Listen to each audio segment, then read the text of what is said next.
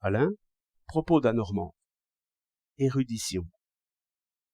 J'ai remarqué que les amateurs de théâtre se plaisent plus à observer le jeu des acteurs qu'à entendre les pièces. De même, ils suivent passionnément toutes les comédies de coulisses, se font recevoir au foyer, et enfin, suprême honneur, sont salués par le contrôleur et par le concierge. C'est alors qu'ils sont dits hommes de goût et connaisseurs. Autrement, non. Les autres, les naïfs spectateurs, ne voient que des décors et des personnages. Mais le connaisseur voit plus loin. Sa vue perce les apparences.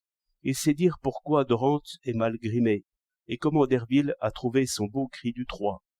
Il découvre aussi toujours en quoi les petits jeunes imitent les anciens, et communément, ils préfèrent les anciens. Je vois que cet homme a le goût gâté et sans remède, et je vois bien pourquoi. Il s'est habitué au nasillement de l'un. Il ne voit plus le ventre ridicule de l'amoureux.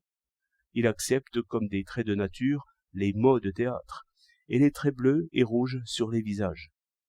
Et enfin, par le besoin qu'il a de comparer, de se souvenir et de revoir en imagination sa galerie de portraits, il revient volontiers aux mêmes pièces. Il prévoit tout, il attend les répliques. Et cette connaissance trop poussée le met dans une espèce d'engourdissement. La pièce est comme un cadre, où paraissent des acteurs nouveaux. Et qui regarde un cadre? Il y a des amateurs de littérature qui tombent dans une manie du même genre. L'œuvre elle-même ne les contente point. Ils veulent se promener dans les coulisses. Ils veulent savoir qui l'auteur connaissait, de quoi il parlait à table, et quel modèle il a copié. Ils ne lisent point le livre, ils évoquent, en le lisant, celui qui l'a fait. Ils vont au manuscrit et s'amusent aux ratures, déchiffrant ce que l'auteur a barré et cherchant pourquoi il l'a barré.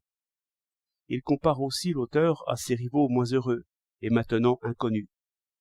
Ils liront 10 méchantes tragédies pour y trouver de petits morceaux de Corneille, et ils savent gré à l'auteur d'être ennuyeux si cela leur fournit une bonne remarque. Le danger des recherches de ce genre, c'est qu'elles deviennent bientôt intéressantes comme une chasse. Disons aussi qu'elles ne sont pas difficiles à faire, et qu'on y trouve sans beaucoup de réflexion une espèce de renommée auprès des critiques. Si avec cela on enseigne, les heures de cours sont aisément remplies. Voilà bien des raisons pour se jeter dans l'érudition. Et il est pourtant évident qu'il ne faut pas s'y jeter, qu'il faut s'y engager avec prudence, et s'arrêter au point où le goût se perd par l'abus des lectures médiocres. Car on en viendra à chercher ardemment un acte de naissance ou un contrat de mariage, comme j'ai vu faire à quelques-uns pour Racine ou pour La Fontaine. Et c'est là ce qu'ils appellent aimer un auteur, mais non point comme il l'a voulu. Car il a montré le meilleur de lui-même, et le reste est mort et enterré. Je n'aime point ces violeurs de tombeaux. 18 octobre 1911.